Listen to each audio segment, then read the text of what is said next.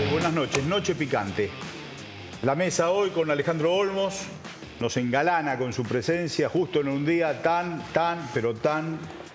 difícil en los temas de los anuncios que recién hizo el ministro de Economía. Osvaldo Papaleo, Mariano Pinedo, Horacio Robelli, aquí Gabriel Mariotto.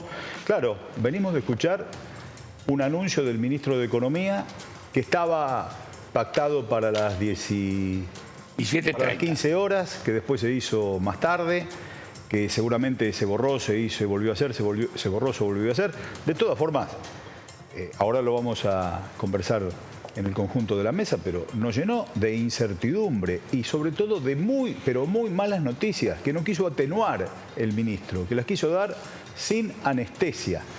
Nos vamos a acordar de este discurso, como nos acordamos del discurso del 2 de abril del 76 de Martínez Dios. Nos lo acordamos. Los que lo vivimos nos lo acordamos. Los que lo han visto por internet también se acuerdan. Es un hito en la historia argentina. Después hubo otros hitos, el de Domingo Cavallo cuando anunció la convertibilidad. Hay dos Domingo Cavallo. Después el otro que anunció el corralito, junto con el estado de sitio. También nos lo acordamos. También fue un diciembre. No creo que haya sido para el 4 de diciembre aproximadamente. El efecto se vio mucho después en las calles. Se vio el 19 y el 20 de diciembre. Hoy lo anunció el ministro Caputo, aquel que nos endeudó a 100 años, el que planteó como origen de todos los males de la economía argentina el déficit fiscal. No la deuda, no la fuga, el déficit fiscal. Yo no digo que el déficit fiscal sea bueno, pero no es el origen de todos los males. La Argentina y América Latina tuvo etapas de superávit fiscal y también tuvo deuda. ¿Se acuerdan cuando los petrodólares llenaban los bancos de los países occidentales, tanto en Suiza como en la misma Estados Unidos? Y generaron una deuda para someternos. Esa deuda después también generó déficit fiscal. Aun cuando había superávit comercial y superávit fiscal en la Argentina, también teníamos déficit precisamente por la deuda que nos embretaba. Entonces, el déficit fiscal no es la única causa de la inflación. La economía no es solo el dinero, también son los bienes, también es la producción, también son nuestros recursos naturales. Si quieren ajuste fiscal, pueden cortar la evasión. No se habló hoy de la evasión, la fuga que hacen las corporaciones, las élites, que fugan el dinero que genera la riqueza del pueblo argentino. Si hay alimentos, si hay energía, si hay agua, si hay insumos para la construcción, hay minería, hay gas, litio, hay petróleo. ¿Qué significa que no hay plata, ministro Caputo? ¿Qué significa que no hay plata? Lo que no hay es sensibilidad social, lo que hay es un odio profundo a la justicia social. Lo que hay entonces es un cambio de paradigma que ya nos trae una profunda preocupación, precisamente porque podemos cotejarlo con otras políticas del mismo signo que nos han embretado y que nos ha embretado usted cuando era el Messi de las finanzas en el gobierno de Mauricio Macri, con una deuda a 10 años y una fuga espantosa y un gobierno, lamentablemente, el que se fue, el de Fernández Fernández, que no auditó la deuda externa. Hoy Alejandro está aquí en esta mesa precisamente porque es un patriota de la deuda externa. Su papá inició un camino de lucha que continúa Alejandro con el mismo grado de sensibilidad, de profundidad, y este Messi de las finanzas, esta fuga, este ministro de Economía que hoy insultó al pueblo argentino condenándolo al hambre, a la sed, a la angustia, con la quita de subsidios, con este aumento del dólar a 800 pesos que ya se traduce en las góndolas. Recién pasamos por el supermercado chino de acá a la vuelta. Estaban remarcando los señores y las señoras que manejan el supermercado chino. Hoy Arcor aumentó el 40%, nos decían, pero con este anuncio del ministro le estamos que dar otra vez a la remarcación. Así que, bueno, con Horacio Robelli y con Alejandro Olmos tenemos la mirada económica. Con Osvaldo Papaleo y Mariano Pinedo vamos a tener la mirada política. Abro el comentario a la mesa. Alejandro, tu primera aproximación a este anuncio que acabamos de recibir del ministro Caputo? Primero, a mí me asombra la ignorancia histórica del ministro, de Milei y todo, de hablar, tirar frases 120 años, 110 años, como si todas las épocas fueran iguales. En segundo lugar, a mí no me gusta personalizar, pero la figura de Caputo no es confiable por un montón de cosas. Una de las mejores definiciones la dio Alejandro Werner en un libro que acaba de publicar, director del hemisferio occidental del Fondo Monetario, donde dice, cuando se enteró que le iba a nombrar presidente del Banco Central, lo llamó a Duhovne y le dijo si estaban locos, que Caputo podía ser un broker, un operador, pero no tenía la menor idea de la política económica, cambiaria y financiera. Lo dice uno de los más importantes personajes del Fondo Monetario, que además fue viceministro de Economía en México, etcétera, etcétera. Por otro lado, yo a Caputo lo sigo desde el 2016, cuando fue el primer proyecto de ley para los fondos buitres, en una reunión de comisiones del Senado, donde me invitaron a exponer.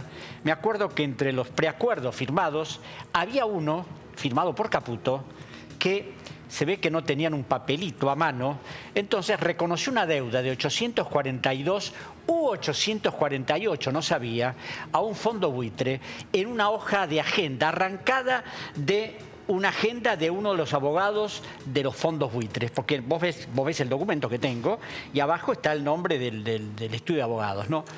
Bueno, ninguno de los senadores le dieron mayor importancia a eso, como si fuera normal que un señor a mano en una hoja ponga reconozco a favor de tal cosa 842 millones de dólares. Firmaba Luis Caputo, secretario de Finanzas de la Nación. Casi la misma metodología que cuando se estatizó la deuda privada de Cavallo y Melconian. Hacían ese tipo de cosas. Bueno, después el bono a 100 años. En el bono a 100 años hay algo muy significativo, que en el inclosur del bono, que es la advertencia que se hace a los acreedores, Caputo es un listado de todas las calamidades que iban a ocurrir en el 2017-2018. Y increíblemente, a pesar de eso, el bono se colocó en 48 horas en 5 bancos, que además lo colocaron en otros lados. Caputo, además, aprovechando la volada, a una offshore que tenía en el exterior, compró 5.500.000 dólares de ese bono. Él negó categóricamente que ese offshore fuera de él. Y mi amigo el fiscal Delgado, que lo investigó a través de un informe de la SEC, y dos amigos míos, insospechados ni de peronismo ni de nada, Hugo Alconada Mun, de La Nación, y Emilia Delfino, de Perfil, me mandaron copias de la documentación que le había enviado la SEC, demostrando que efectivamente era un mentiroso. Entonces partamos de esa base. Después firmó el stand-by con el fondo, en su carácter presidente del Banco Central, por 57.100 millones de dólares. Y hoy, cuando habla de la deuda como si él no hubiera tenido nada que ver, como si la deuda fuera algo ajeno. No, consecuencia del déficit fiscal. Claro, y otra de las cosas, esto del déficit fiscal, si vos analizás el déficit fiscal de Estados Unidos y una enorme cantidad de países europeos, es un déficit gigantesco. Y son países que funcionan igual, que tienen industrias, que tienen tecnología y tienen todo. Por otro lado, yo que analicé, por ejemplo, la política de Menem. Menem, en 9 años de gobierno, del 91 al 90, perdón, exactamente del 91 al 99, tuvo superávit fiscal primario, que se convertía en déficit por la enorme cantidad de interés de la deuda. Entonces, para cubrir eso, había que volver a endeudarnos, y fue así que recibió una deuda de 60.000 millones y dejó una deuda de 140.000. Entonces, claro, viste, lo que pasa es que la gente que lo escuchó a Caputo seguramente cree que lo que dijo es cierto, que todos los males dependen del déficit, que él es una persona honorable, que además a mí lo que me llamó la atención es la poca solvencia al explicar, ¿no? Parecía un señor que estaba ahí leyendo unos papelitos. Hoy se escuchaban unas sirenas que son prácticamente anticipatorias de una situación fea. Y por otro lado, eso es Caputo. Santiago Bausili, imputado penalmente y levantado el procesamiento el mismo día que lo designa presidente del Banco Central, siendo su abogado Matías Cunio Olivarona, hermano del ministro de Justicia. Si esto hubiera ocurrido en la época de Fernández, hubiera sido un escándalo internacional. Pero como pasa ahora, y a esto de Bausili, imputado penalmente también por Delgado, se suma Marcelo Griffi, uno de los nuevos directores del Banco Central, también imputado, emitían bonos por un lado, los compraban por el otro, y tres directores que acaban de nombrar, 3 ex JP Morgan. Uno de los aspectos por el cual puede batir el parche hoy el señor Caputo, y parece que lo que dijese fuese cierto, es que desde hace mucho tiempo se viene predicando por el sistema mediático el déficit fiscal, el déficit fiscal, el déficit fiscal como única verdad. Entonces, se genera una condición objetiva para que esa prédica tenga impacto en la sociedad. Lo que va a tener impacto es el resultado de esas medidas, Horacio. Ya, totalmente de acuerdo con lo que dijo acá Alejandro. Es así. Estos hombres, Milei lo sabe. Recordemos que se viralizó un video donde Milei lo acusa a Caputo que en 3 meses rifó 15.000 millones de dólares. Lo sabe. Sin embargo, ¿quién se lo pone? BlackRock. Los 4 principales figuras de la caja, que manejan la caja de Economía Nacional ahora, o sea, el presidente del Banco Central, Santiago Bausili, el vicepresidente del Banco Central, Vasilis Vodník. Vasilis Vodník era el ministro de Economía en la sombra cuando Mario Quintana le soplaba al oído, no lo querían a Pratgay, había hecho un acuerdo, entonces lo puenteaban a Pratgay, lo planteaba a Quintana, y el segundo era Vasilis Vodník. También es donde volvió al JP Morgan. Y después los dos de economía, el Caputo, como bien dijo Alejandro, y el segundo, el que va a ser el secretario de Finanzas, Joaquín Cotani, que había sido secretario de Finanzas de Cavallo. ¿Pero qué interés se defiende en este sector? Los 4 viven en Manhattan, en el corazón de lo que hablamos la vez pasada. Los 4 tienen que cambiar el domicilio acá porque los 4 trabajaron para JP Morgan. Uno, Bausili, estuvo 11 años en el JP Morgan. El JP Morgan, los principales dueños son BlackRock y Vanguard, que son 2 grandes fondos de cobertura. Estos 4 tipos vienen, a él no le interesa el efecto que tiene sobre la población. Es lo que le interesa es que no se investigue la deuda, como bien dijo Alejandro, que no se investigue la deuda, que no se investigue dónde se fue la plata, porque BlackRock es uno de los que sacó plata. Las principales empresas compraban dólares, 2 le pertenecen a BlackRock. Telefónica Argentina compró 1.248 millones de dólares, Pampa Energía 903 millones de dólares, que eso no se investigue. Paguémosla. ¿Quién la paga? El pueblo. ¿Cómo la paga? Devaluemos. Los efectos políticos, Mariano y Osvaldito. Hoy habló el ministro de Finanzas tomando medidas respecto al dólar, respecto obviamente respecto del déficit fiscal, recorte de subsidios, etcétera, etcétera. Es decir, alguien que acomoda las finanzas, que los amigos del panel acaban de mencionar, que son actores principales del mundo de la finanza a nivel mundial y que atienden de los 2 lados del mostrador.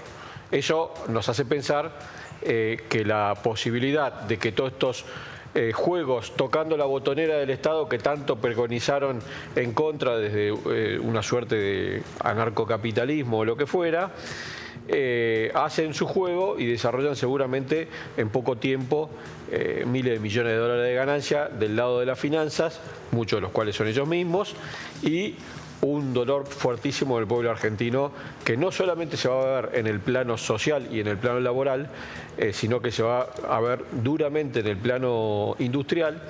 Y si bien algunos exportadores van a estar contentos porque una devaluación del dólar fuerte y les llevó el dólar a 800 pesos por dólar, el dólar oficial, hay una ganancia extraordinaria evidentemente en todo lo que vendan un grano de algo o cualquier cuestión que se exporte, estableciendo retenciones para algunos sectores, no para el sector primario agropecuario, por lo que veo, va a tener 2 impactos clarísimos. Uno, un impacto fuertísimo en los alimentos de los argentinos. Esto va a ocurrir de esa manera, de hecho ya está empezando a ocurrir de esta manera, pero va a profundizarse. Y el otro impacto en algunos sectores productivos, porque nosotros parece que estamos hablando solamente de lo que en algún momento nuestro gobierno llamó la mesa de los argentinos, pero en algunos sectores productivos que ya deben estar convocando a emergencia, sector porcino, sector avícola, todos esos tipos, todo lo que tenga que ver con el consumo de combustible, todos esos tipos que compran grano con un precio exorbitante a partir de los 800 dólares y que a partir de ahora su insumo de incorporación al valor agregado cárnico, fundamentalmente cárnico, va a elevarse a la enésima potencia, con lo cual yo imagino ahora el sector porcino y avícola mínimo, creo que también el ganadero, salvo la potencia exportadora que tiene el sector del ganadero, en una situación de crisis, ¿no? ¿Cómo ves vos, Osvaldito, el anuncio del ministro de Economía, el primer anuncio del ministro de Economía del gobierno de los hermanos Milei?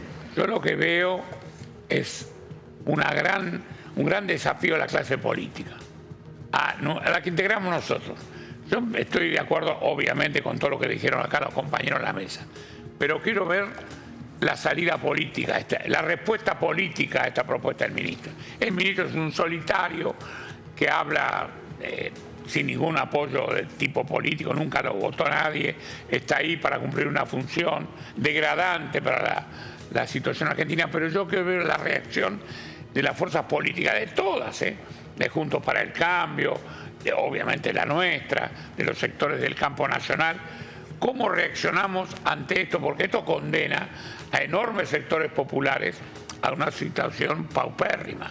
Acá, muchachos, la SUBE les va a pesar en la mano la semana que viene.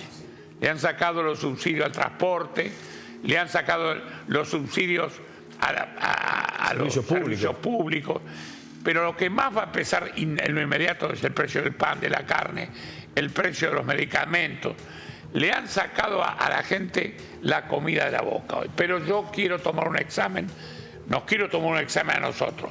Quiero involucrarme en esto. Yo exijo que la clase política, ese parlamento que está absolutamente negado por el presidente, que le dio la espalda, tiene que mañana reunirse, empezar a debatir en las comisiones, porque un ministro de Economía en estas circunstancias no puede determinar la suerte de 45 millones de argentinos. Me tomo un cachito de lo que dice Osvaldo en referencia a la clase política, porque recién hice mención a lo que es el impacto en los sectores productivos del trabajo y en muchas economías regionales o mal llamadas economías regionales. Eso impacta también o desafía también a la clase política que gobierna esas ciudades de la Argentina. Un intendente en estas horas o un dirigente territorial en estas horas obviamente tiene que cambiar absolutamente su desarrollo político en función de la urgencia de la atención de todos los sectores afectados por esta medida. Los más graves, las mayores emergencias sociales, pero también los desajustes productivos que en todos los territorios significa una especie de bomba neutrónica, porque te pone en tela de juicio todo el sistema productivo de cada una de las regiones. Y eso para el sistema político también es un desafío. Los legisladores representan territorio, no solamente están en una banca. No solamente y los intendentes ni hablar. Claro que sí. Y los gobernadores, por supuesto. Y los gobernadores. Y los trabajadores. Porque acá también tienen que aparecer los sindicatos, las centrales de trabajadores, tienen que aparecer fuertemente. Creo que todo el mundo, creo que en ese escenario tiene que aparecer toda la vida social, política, cultural de la Argentina, porque estas medidas afectan a toda la vida de Pero los trabajadores esencialmente porque la caída del salario es brutal. Tendrían que salir. Hace años que los ministros de Economía no son de Economía, son ministros del dólar. Caputo es un emblema, ministro del dólar. También lo fue Guzmán, ministro del dólar. También lo fueron, por supuesto, los ministros de Economía del gobierno de Mauricio Macri, Duhovne, Pratgay. Y hace años que hay ministros del dólar. Vamos a ver cómo está el dólar hoy.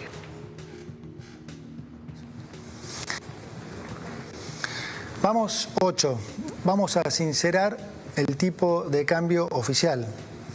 El tipo de cambio oficial va a pasar a valer 800 pesos para que los sectores productivos tengan los incentivos adecuados para aumentar su producción. Esto va a estar acompañado por un aumento provisorio del impuesto país a las importaciones y a las retenciones de las exportaciones no agropecuarias. De esta manera, beneficiamos a los exportadores con un mejor precio y equiparamos la carga fiscal para todos los sectores, dejando de discriminar al sector agropecuario. Finalizada esta emergencia, vamos a avanzar en la eliminación de todos los derechos de exportación, que son un gravamen perverso, que claramente no nos gusta y que entorpece el desarrollo argentino. Si los exportadores son la niña bonita de la República Argentina, ¿por qué no discutimos cuál es el rol del pueblo y del Estado argentino en la exportación? Porque esa tierra, el humus, esa lluvia, ese sol, es de todos los argentinos, no de los exportadores. Entonces, el gobierno de Alberto Fernández y de Fernández, el gobierno de Alberto y Cristina, no ha discutido cuál es el rol de nuestra patria, de nuestra sociedad, de nuestro pueblo, de nuestro Estado argentino, en función de esa riqueza. No lo hemos discutido. También se sembraba ese concepto de déficit fiscal desde los grandes medios de comunicación.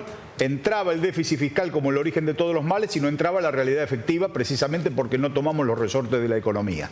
Pero hoy el ministro viene hablando loas de lo que van a hacer los exportadores. La canciller había dicho que el dólar es de los exportadores. Esto lo ha marcado y lo ha subrayado siempre Horacio Robelli. Ahora, ¿qué pasa con los exportadores? ¿Son los únicos que van a ser beneficiados con estas medidas? ¿Y el pueblo argentino entonces?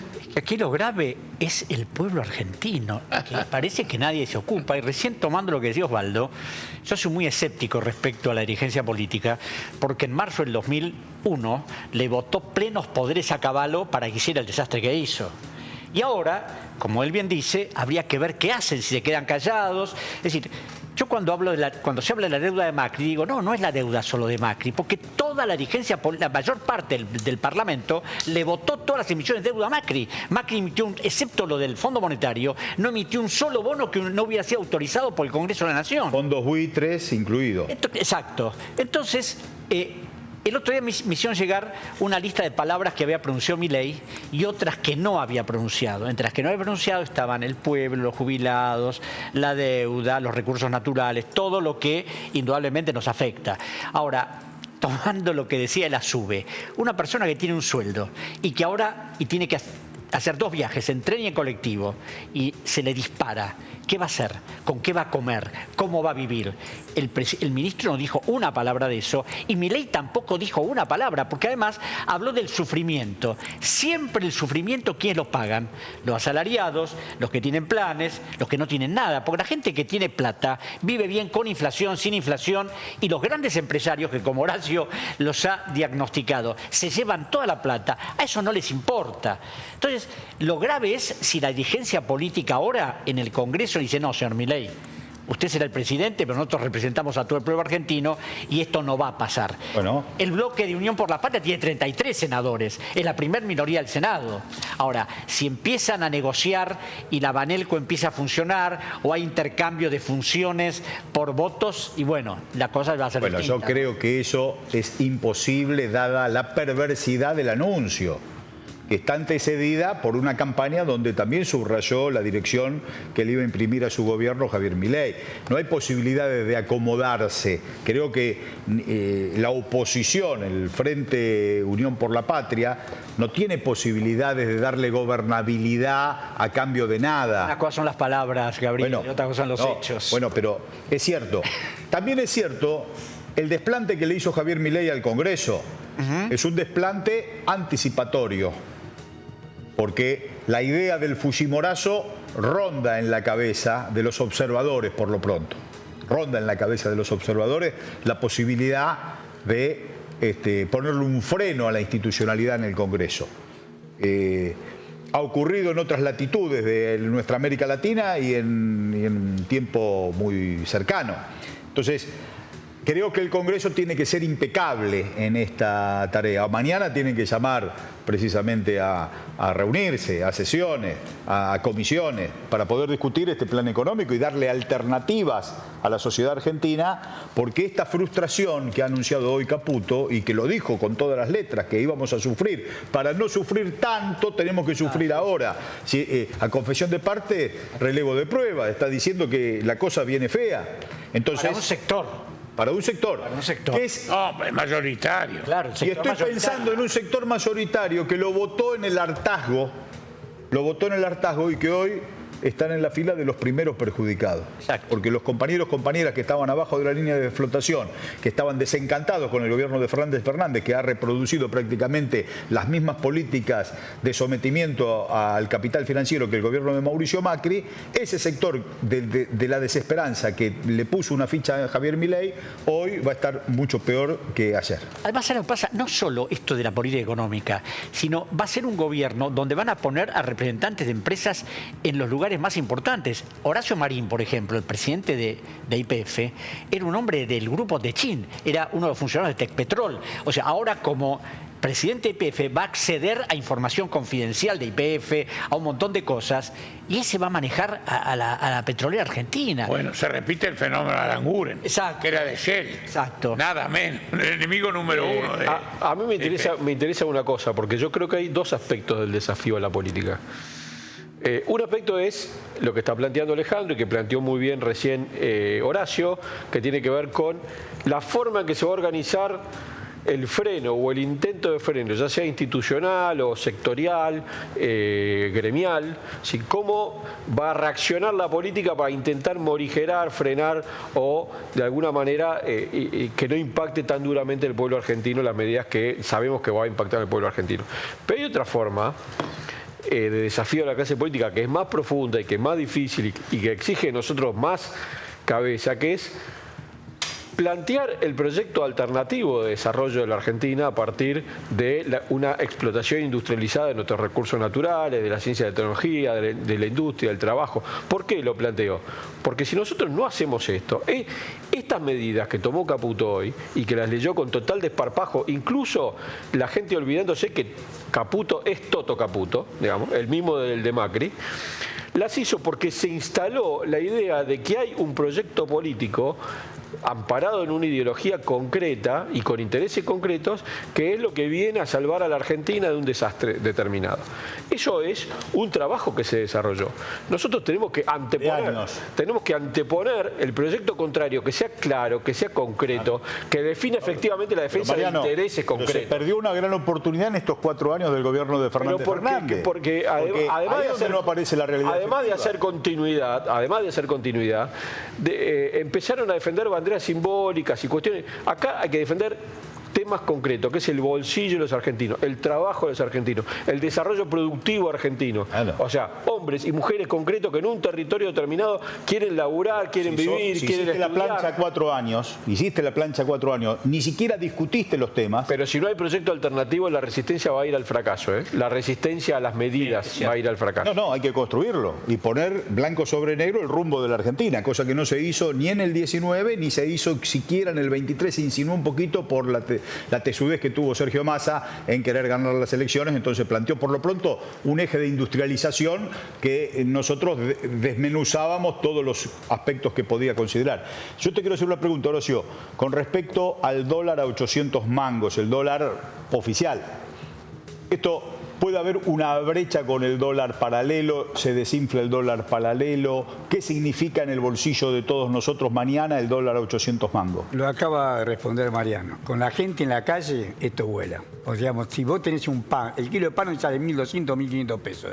Depende de qué tipo de pan, pero sale más o menos eso. 800 lo llevas arriba a 2.000 pesos. ¿Quién va a poder comprar pan? La leche sale 400 pesos, la vas a llevar a 800 pesos. El litro de nafta te salía 400 pesos, ahora vas a llevar 800 pesos. Llevas todo 800 pesos, es el Rodrigazo. Por eso cuando vos hablabas de que recordemos el 2 de abril, soy un poco mayor que vos, y me acuerdo del discurso del 4 de julio de 1975 de un ingeniero mecánico Celestino Rodrigo, pero estaba Mansueto sin atrás dándole la letra, donde dijo exactamente lo mismo que lo que está diciendo Caputo ahora, pero le dio aumento salarial del 45%. Después salimos todos los negros, yo trabajaba en Monillo Río de la Plata en ese momento, estaba acá en Buenos Aires, salimos todos los negros a la calle, llenamos la Plaza de Mayo y tuvieron que darnos 80, 90% de aumento. Yo no sé si va a pasar lo mismo porque no tenemos el grado de organización que teníamos en ese momento. Y el grado de conciencia del pueblo argentino de la respetar el trabajo y que lo más importante era el trabajo y que los obreros éramos la columna vertebral del país. Esa conciencia se perdió, pero aún subsiste en muchos sectores. Vamos al conflicto, yo no creo que puedan estabilizarlo. La gente va a salir por la necesidad. Esa es la columna vertebral ahora.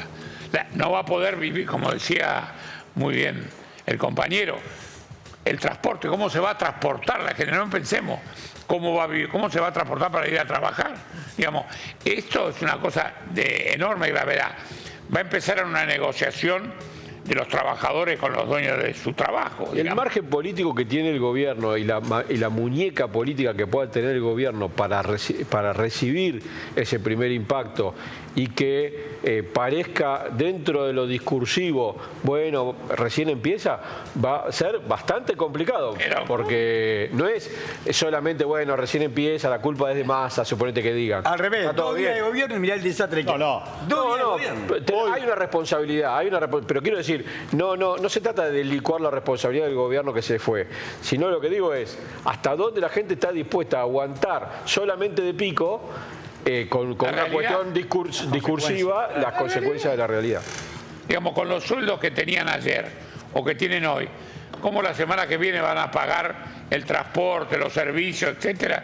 sin ninguna modificación del ingreso. Hoy dije el gobierno de los hermanos Milei, porque parece que la señora, la jefa, talla igual, el jefe, claro. El jefe, por favor. El jefe talla igual que el presidente electo. Entonces digo, el gobierno de los hermanos Milei tiene este ministro de Economía precario en su expresión y repetitivo en las recetas económicas, que ya han fracasado profundizando la pobreza y la angustia en el pueblo argentino. Por supuesto, ninguna política de orden soberana, ningún resorte de la economía, ninguna discusión. Recetas clásicas disfrazadas de motosierra anarcocapitalista. Además, como la justicia social es una aberración, Claro. para ellos, evidentemente, todo lo que le pueda significar un daño al pueblo argentino no lo van a tener en cuenta. O sea, serán una especie de organigrama donde dirán, bueno, tenemos que afectar esto. Yo siempre recuerdo una frase cínica de Henry Kissinger cuando decía, la muerte de un ser humano es algo terrible. La muerte de 100.000 seres humanos es una cifra estadística. Y entonces, para ellos, el pueblo argentino es una cifra estadística. Hay tanto por ciento de pobres y, bueno, estarán más pobres. Ante la aberración de la justicia social, la libertad de morirse de hambre. Recién vimos el aspecto 8 de Caputo, el dólar a 800 mangos. Ahora vamos a ver la suspensión de la obra pública. 5. El Estado Nacional no va a licitar más obra pública nueva y va a cancelar las licitaciones aprobadas cuyo desarrollo aún no haya comenzado. Como dije antes, no hay plata para pagar más obra pública que, como todos sabemos, muchas veces termina en los bolsillos de los políticos y los empresarios. La obra pública ha sido siempre uno de los principales focos de corrupción del Estado y con nosotros eso se termina. Las obras de infraestructura en Argentina serán realizadas por el sector privado, ya que el Estado, como dije, no tiene ya plata ni financiamiento para llevar. La batida de parche, los clichés que todos los medios de comunicación repetitivamente vienen insistiendo. Perdón, que se quedaron sin pauta hoy. Hoy se quedaron sin pauta.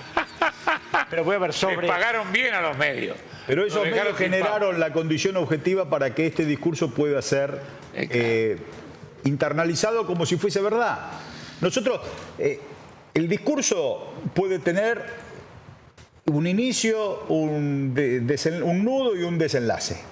Puede tener una argumentación. Ahora, empecemos a tirar de la piola de las premisas en donde se construye ese discurso. El dinero de la obra pública va al bolsillo de los políticos, como si fuera una verdad irrefutable. Y de los empresarios. Bueno, Ojo. la familia Caputo, la familia Macri. No, ellos son los banqueros, no son los empresarios. No, pero el otro Caputo. Ah, sí. El Noerma o el primo. primo.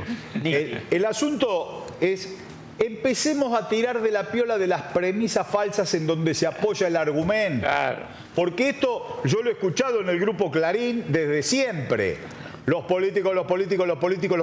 ¿Hay políticos malos? Sí. ¿Hay yates en paraísos y hay botellas de champán? Sí. ¿Está bien? No. Éticamente es un asco. No se puede enfrentar ningún poder llevando adelante ese tipo de conducta. Pero son 1, 2, 10 políticos, como 1, 2, 10 empresarios, 1, 2, 10 o todos los dueños de los medios de comunicación. No lo sé. Pero pueden decir esto como si fuera una verdad irrefutable porque tenemos el contexto de información operado desde hace muchísimos años. Más un gobierno que no transformó ninguna realidad de los últimos 4 años está generando esta posibilidad. Igual. Ahora, empieza la realidad de estas medidas en el bolsillo y en la vida cotidiana de los Es trabajadores. mínimamente gracioso que como estrategia para finalizar la corrupción en la obra pública, lo que se hace es terminar con la obra pública. Claro, O sea, claro. parece Es elemental. Sí. Claro. No quería transparentar la obra pública. No transparentarla, sino frenarla. Como va al bolsillo de, entonces no es más obra. Muerto el perro, se acabó la radio. Claro, una cosa así. Del punto de vista de la economía, la obra pública es el corazón del gasto público. El corazón del gasto público es la obra pública. El kirchnerismo, los dos en el kirchnerismo tuvieron más del 5% del Producto Bruto de la obra pública. el año este va a ser 2,8%, pero sobre todo por la obra, por el gasoducto Néstor Kirchner, porque el ajuste fiscal ya lo venía haciendo Macri y lo venía haciendo Alberto Fernández. ¿Por qué? Porque en la época del kirchnerismo el gasto público era, en el año 2015, el gasto público sobre el PBI y la Administración Nacional era el 28% del PBI. Este año va a cerrar 22%, ¿pero por qué? Porque tiene 1,4% del plan platita que hizo al final Sergio Massa. Pero si no, apenas superaba el 20%. Y este quiere bajar los 5 puntos más. Ahora sabemos dónde.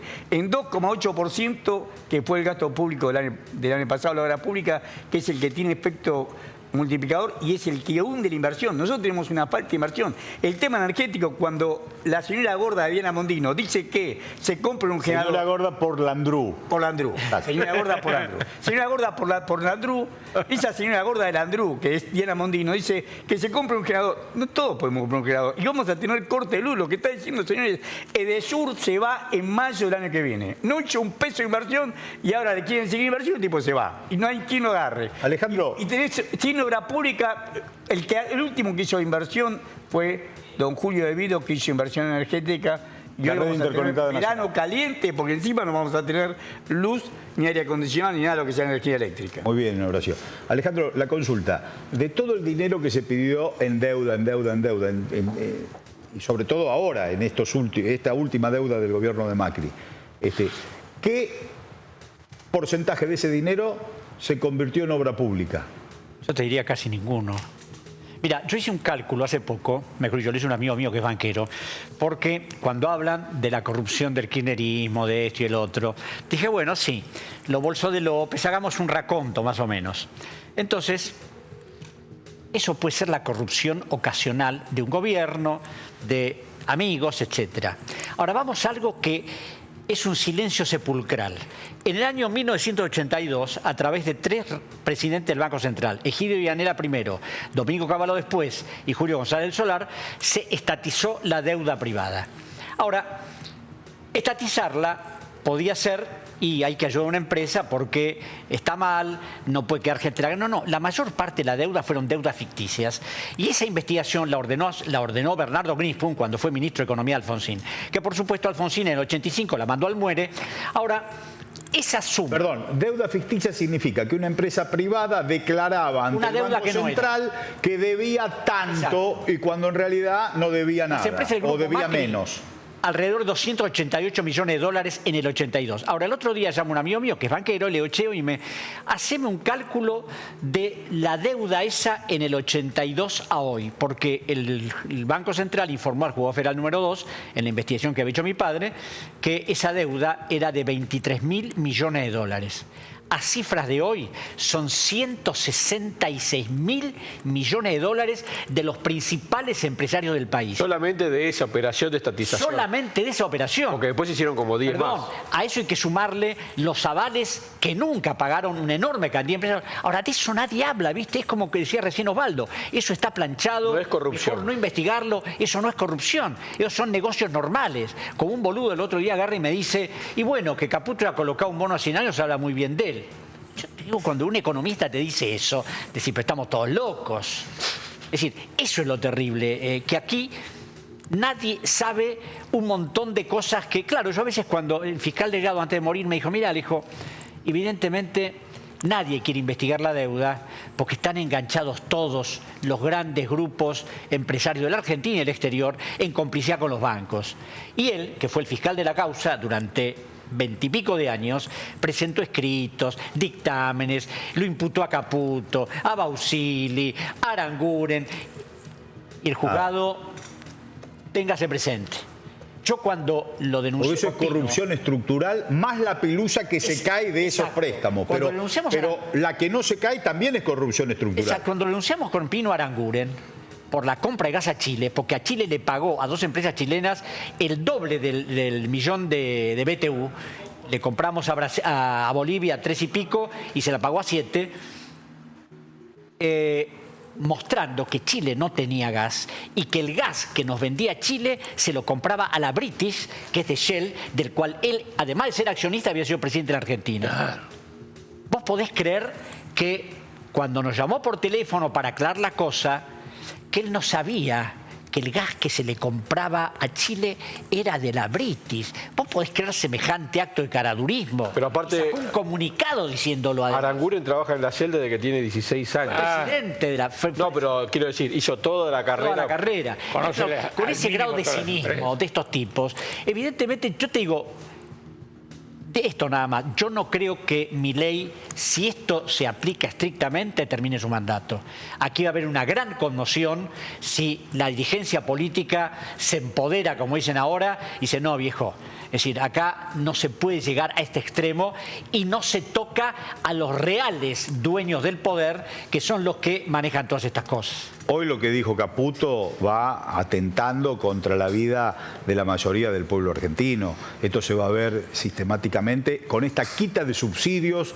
No sé cuándo se lo implementará, si es a partir de mañana o a partir del 1 de enero. Vamos Yo a lo que ver. sé que hoy puse la sube en el colectivo, 68 pesos, y abajo dice, sin subsidios, 700. Bueno, vamos a ver cuándo te debitan los 700. A ver si lo ilustra Caputo en este segmento. Subsidios, vamos. Vamos a reducir subsidios a la energía y al transporte. Hoy el Estado sostiene artificialmente precios bajísimos en tarifas energéticas y transporte a través de subsidios. La política siempre lo ha hecho porque de esa forma engañan a la gente haciéndoles creer que les ponen plata en el bolsillo. Pero como todos los argentinos ya se habrán dado cuenta, estos subsidios no son gratis, sino que se pagan con inflación. Lo que te regalan en el precio del boleto, te lo cobran con los aumentos en el supermercado. Y con la inflación esta, son los pobres, finalmente, los que terminan financiando a los ricos. Adicionalmente, los subsidios al transporte en el AMBA son un acto de profunda discriminación con las provincias del interior. Vamos a terminar con esta discriminación al interior. Claro, el hombre está leyendo y agacha la cabeza y le cuesta mirar a la cámara. Yo la miro ahora. A veces no la miro porque no tengo oficio. Entonces, no soy Marcelo Tinelli, no tengo el oficio de mirar la cámara. A veces nos miramos entre nosotros como si estuviéramos charlando en un café, en una universidad, en un gremio. Pero este señor no mira la cámara porque no quiere mirar. Por lo que está diciendo, por los prejuicios que está expresando. Entonces, el subsidio genera inflación. Entonces, para que no haya inflación, le vamos a quitar los subsidios a la energía, al transporte y también a la comida. Entonces van a estar todos mal. Es realmente una aberración, es una provocación a que ocurra lo que estaba planteando recién Alejandro. A que el gobierno entre en una suerte de tembladeral porque la calle va a tardar un día, 2 días, 10 días, 1 mes, 2 meses, 3 meses. Más allá de la explicación técnica que es un rulo inteligente, porque en realidad lo que quiere decir es te dan por un lado pero te quita por el otro.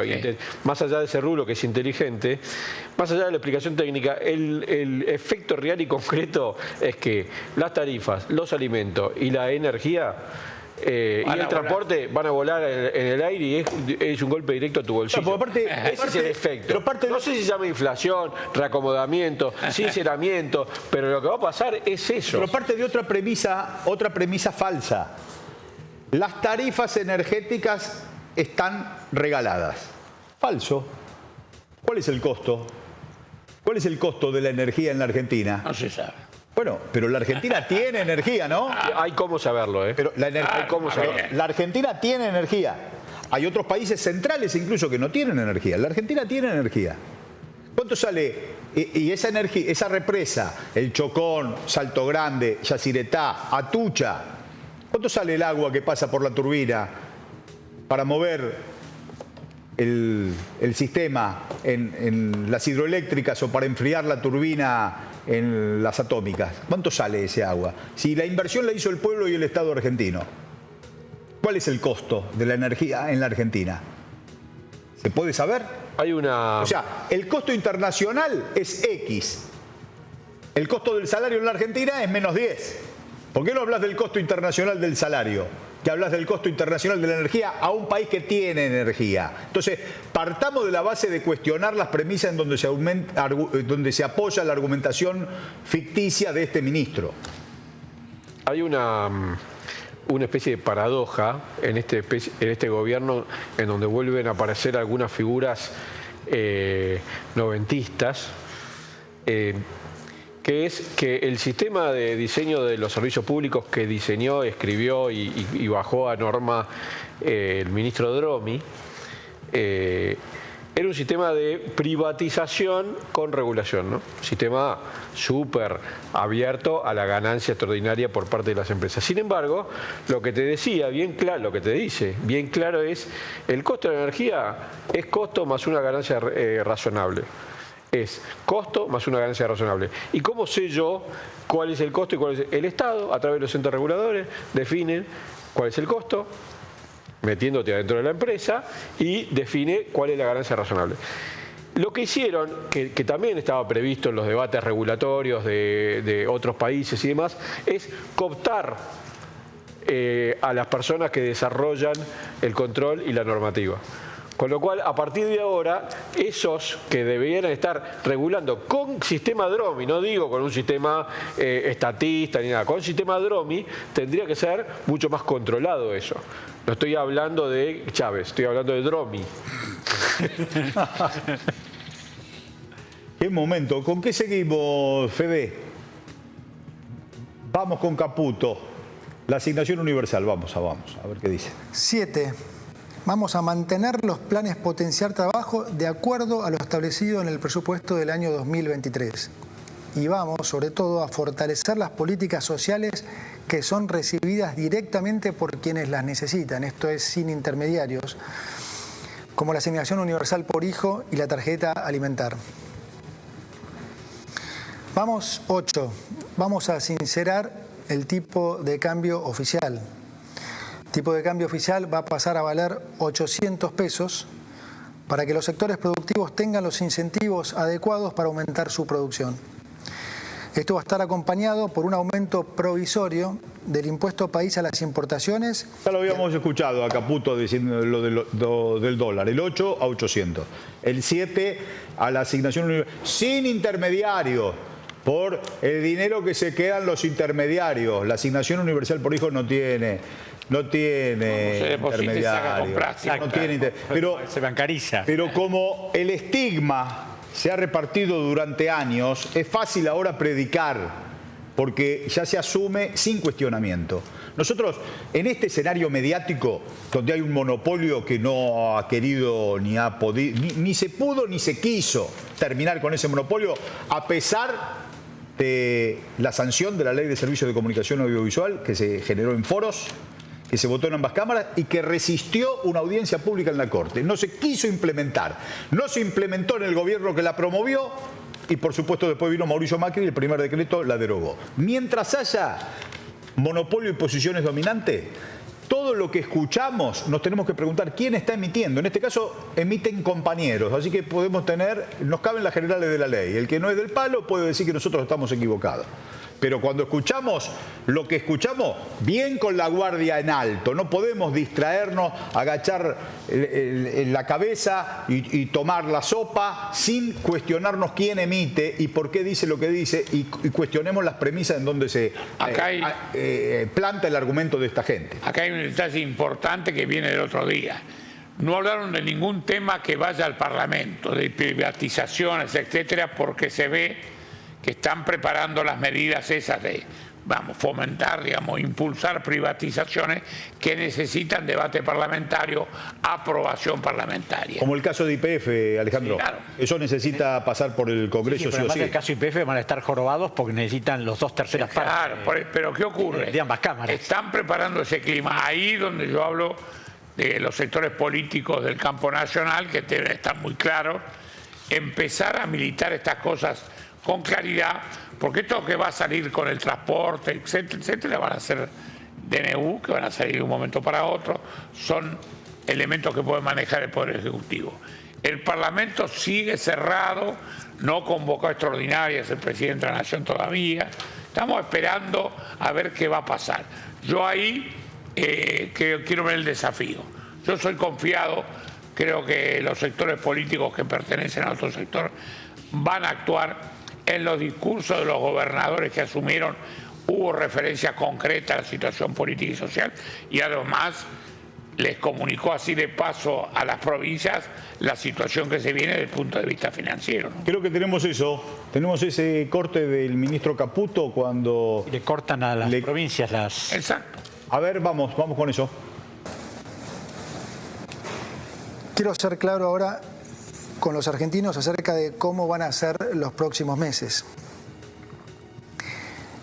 Además de la herencia que les he comunicado, estamos heredando lo que llamamos una inflación reprimida que ya se está destapando y que es consecuencia del rezago de la política monetaria ultra expansiva, como expliqué antes, de estos últimos 4 años y de los controles de precios que a la larga nunca funcionan.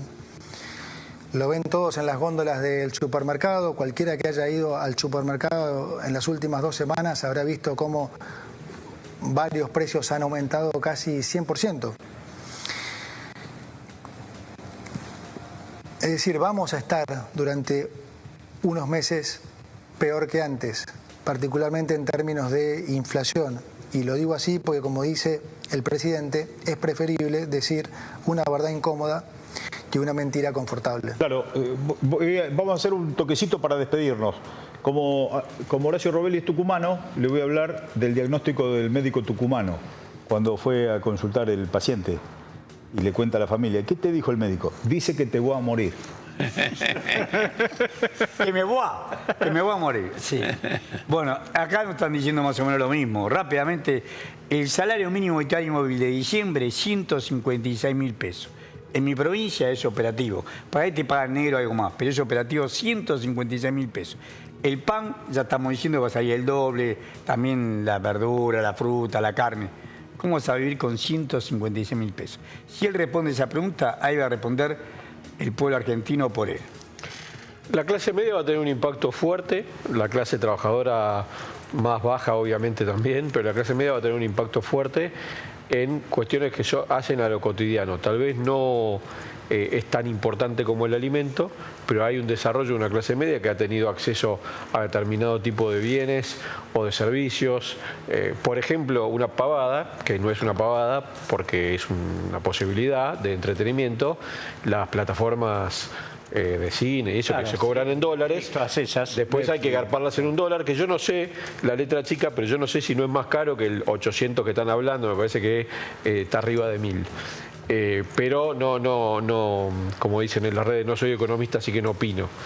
Pero digo, eso es un impacto en la cotidiana, además del alimento, además de los servicios, además de las obras sociales, que ese es otro tema que va a ser durísimo. Reguladas y liberadas. Con un salario que no va a acompañar ese proceso. Entonces hay un tema ahí que es muy alegre decir, bueno, van a estar un poquito mejor cuando vos tenés 5.000 millones de dólares afuera en una cuenta, digamos, ¿no? Osvaldito. No, yo creo que nos enfrentamos a una circunstancia enormemente difícil, pero yo confío en la rebelión de la gente. No una rebelión masiva, sino que la gente va a tomar una conciencia muy seria de lo que ha planteado esta gente. Que yo veo, la verdad, veo lo de Carolina Milei y me da vergüenza ajena. Veo en el bastón presidencial 4 perros, me da vergüenza. Yo le confieso, me da vergüenza, claro, las mascotas en el símbolo estamos hablando de tipos muy especiales. Yo eso que el pueblo no se equivoca, no lo vamos a discutir hoy. Creo que a veces equivocamos al escuchar. Digamos, a Milei lo votaron muchos sectores de clase media.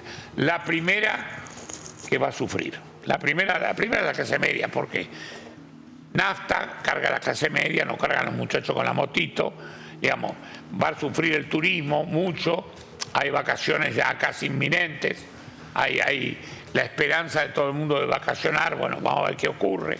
Yo creo que hay sectores que van a empezar a sufrir dentro de 24 horas. No va a pasar mucho tiempo, porque estos van a tomar las medidas ya. Va a ser una Navidad realmente trágica en ese aspecto, en lo social, en el consumo. Yo creo que estamos ante una alternativa muy, muy difícil, pero lo único que tengo esperanza es que todos nos abroquelemos detrás de un pensamiento positivo.